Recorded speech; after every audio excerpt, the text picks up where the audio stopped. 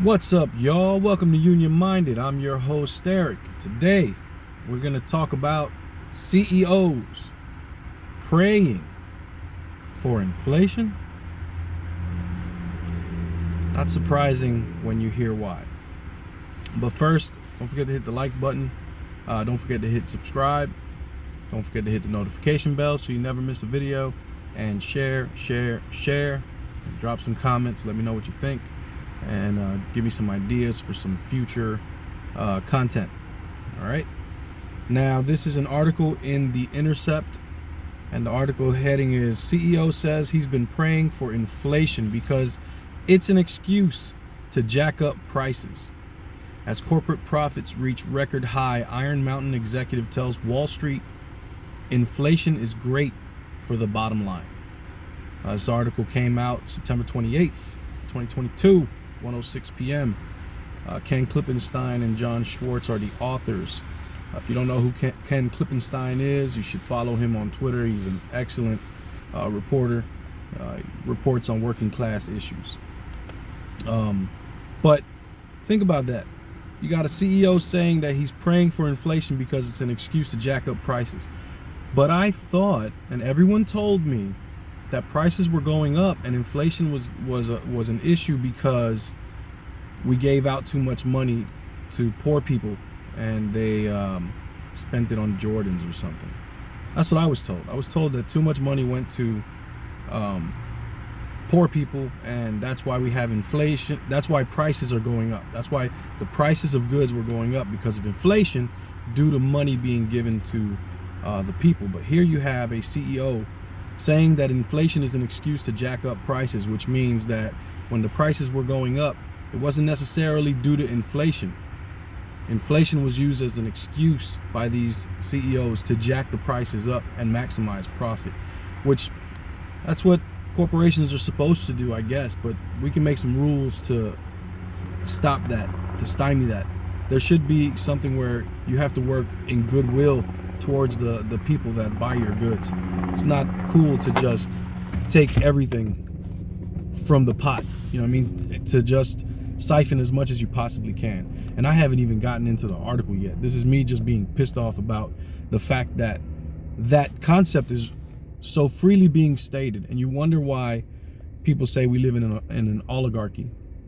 Because how do you feel so comfortable as a CEO making that idea, stating that idea to people who may make it public? I don't know. But all right, here we go. The CEO of Iron Mountain Inc. told Wall Street analysts at a September 20th investor event that the high levels of inflation of the past several years have helped the company increase its margins, and that for that reason he had long been quote unquote doing my inflation dance, praying for inflation. The comment is an unusually candid admission of a dirty secret in the business world. Corporations use inflation as a pretext to hike prices. Corporations are using those increasing costs of materials, components, and labor as excuses to increase their prices even higher, resulting in bigger profits. This was a quote from Robert Reich, former labor secretary under Clinton. He recently argued that corporate profits are now at their highest level since 1950. Iron Mountain is a data storage and management company based in Boston with a current market capitalization of $12 billion. According to its website, over 95% of the Fortune 1000 are Iron Mountain customers. Over 95% of the Fortune 1000, 950 of the 1000 Fortune companies are Iron Mountain customers. The company's founder originally bought its first site, an exhausted iron mine, to grow mushrooms. It wasn't a one-off comment by the Iron Mountain CEO, William Meaney. On a 2018 earnings call, he invoked a Native American ritual, telling participants that it's kind of like a rain dance. I pray for inflation every day. I come to work because our top line is really driven by inflation. Every point of inflation expands our margins. Iron Mountain CFO Barry A. Heitinen also said on an earnings call this past April that we do have very strong pricing power. And for the company, inflation is actually a net positive. At the September 20 investor event, Meany explained that where we've had inflation running at fairly rapid rates, we're able to price ahead of inflation. That is, increase its prices at a greater rate than the high recent rates of inflation. As Meany put it, raising prices obviously covers our increased costs, but a lot of that flows down to the bottom line. He also noted that this didn't just apply to his company. People are seeing what FedEx, UPS, and others are having to do to actually manage their business and pass on that inflation. Later in the event, in response to a question from a JP Morgan Chase analyst, Meany explained that the company had been getting north of 200 basis points of price increase, i.e. that's 2%, in the low inflation environment of the mid-2010s. But he added he had then hoped for inflation because pricing for us is actually slightly accretive on the margin with higher inflation. Interestingly, both Meany and Heitinen expressed momentary regret that what was good for Iron Mountain might be bad for everyone in general. I wish I didn't do such a good dance. Ooh, damn, I skipped his voice, my bad. Bad for everyone in general. I wish I didn't do such a good dance, Meany said last week. But that's more on a personal basis than on a business model. Heitinen told earnings call participants that we feel for folks regarding inflation, but we have a high gross margin business, so it naturally expands the margins of the business. The remarks of the Iron Mountain executives go straight to the question of who in the U.S. will pay to bring down the current high rates of inflation. Jerome Powell, the chair of the Federal Reserve, said straightforwardly in May that his goal was to get wages down and then get inflation down. You hear that? He wants to get wages down and then worry about inflation. Wages down. So Jerome Powell's aim here in raising the inflation rate, because he is on the chair of the Federal Reserve, his aim in raising inflation in interest rates is to increase inflation to drive down wages to then try to bring down inflation. Instead of limiting corporate profits, he's going after wages. They're trying to raise unemployment rather than put a chokehold on corporate greed. Does that sound like something a government that represents the people? Now, I know the Federal Reserve is not a government entity, so save it in the comments. I don't need to hear the garbage. You know what I'm talking about. For the people, my ass. The chair of the Federal Reserve, again, to get wages down and then get inflation down. In other words, Powell wants regular workers to make less money, which would lower labor costs for businesses, which presumably then would not raise prices as much as they have over the past several years. The logic behind that is so skewed and so transparent. If you can't see what's going on, you really don't care about the real issues and you're just throwing tantrums. You know, all those folks that are outraged over culture war issues, but they don't say a peep about the economic issues that we all face. You're doing a song and dance for clicks because you're making money, dude. Shut the hell up. You're phony on the surface, and I can see right through you, and it's pathetic. And I hope that folks that watch my channel are smart enough to look past your dumb shit. Anyway, let's continue. I'm sorry for the profanity, but this stuff upsets me. All right, so let's continue.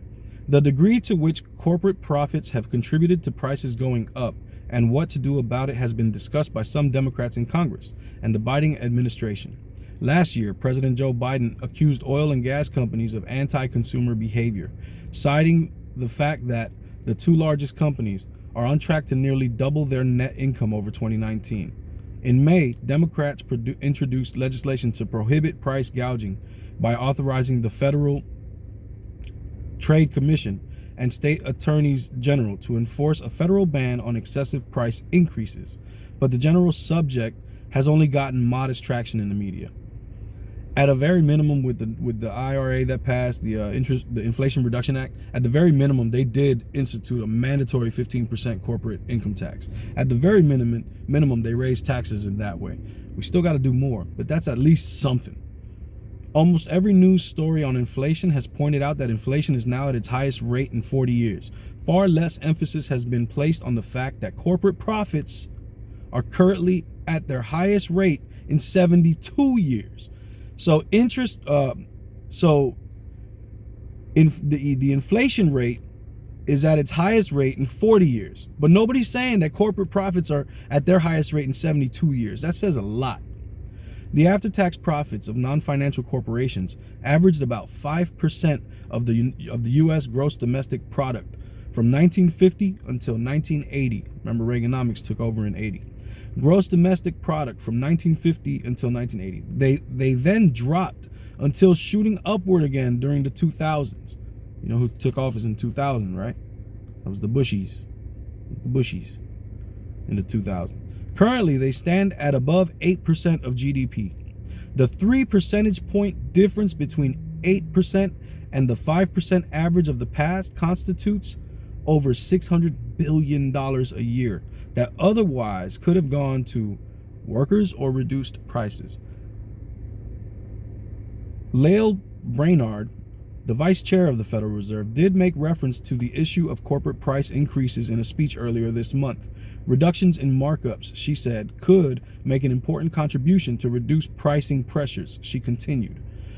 Overall retail margins, the difference between the price retailers charge for a good and the price retailers paid for that good, have risen significantly more than the average hourly wage that retailers pay workers to stock shelves and serve customers over the past year, suggesting that there may also be scope for reductions in retail margins, with gross retail margins amounting to about 30% of sales. A reduction in currently elevated margins could make an important contribution to reduced inflation pressures in customer goods, but they won't do that.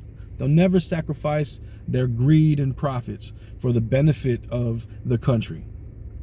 These corporations are private entities that just want to make as much money as they can, and we got to stop seeing them as something worthy of praise and admiration. They just siphon resources, that's it. Unless they're providing a humanitarian good, then it's all just fluff to me.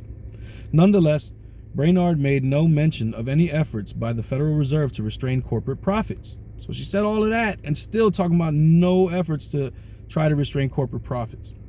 While it does not formally possess any tools to do so, it does have a public pulpit and the ear of Congress. So there aren't any rules that are in place for the Fed to rein in corporate profits. But they do have a microphone, a pulpit, and Congress. What it does have, of course, are blunt tools to decrease wages and increase unemployment, and it is using them enthusiastically. Notice how they designed that bank to be able to hurt working people, not businesses.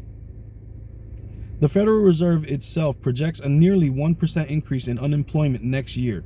They're doing all of this to increase unemployment, representing over 1 million people being put out of work following its aggressive interest rate hikes, the steepest in years. While higher interest rates, slower growth, and softer labor markets conditions will bring down inflation, they will also bring some pain to households and businesses, Powell said in a recent speech. These are the unfortunate costs of reducing inflation. It's interesting to note that neither Iron Mountain nor Meany responded to requests for comments for this article. But you imagine, they're always willing to sacrifice the working people and the working poor at the altar of the cash that billionaires, CEOs, and the wealthy praise. We're always the sacrificial lambs. It's a reason that Jesus went and preached to the poor. He was saving the poor because we're always the ones that are sacrificed. It's astounding to me that this is the way it is. And you can say it is what it is, but like my boy Vu says, it is what it is until it ain't. What are you gonna do to make it so it ain't? There was more news today, but I thought this one really stoked my ire, so I wanted to make a video on this one. Anyway, I hope you found it informative. Check out the article in the Guardian. I mean, in the Intercept. It's a good article, and give Ken Klippenstein a follow. He's dope. Anyway, I'm Eric, and you're watching Union Minded. Remember, the fight's not left and right; it's up and down, and it's going to take solidarity to win always. Each one teach one. Get out there and reach one. Peace.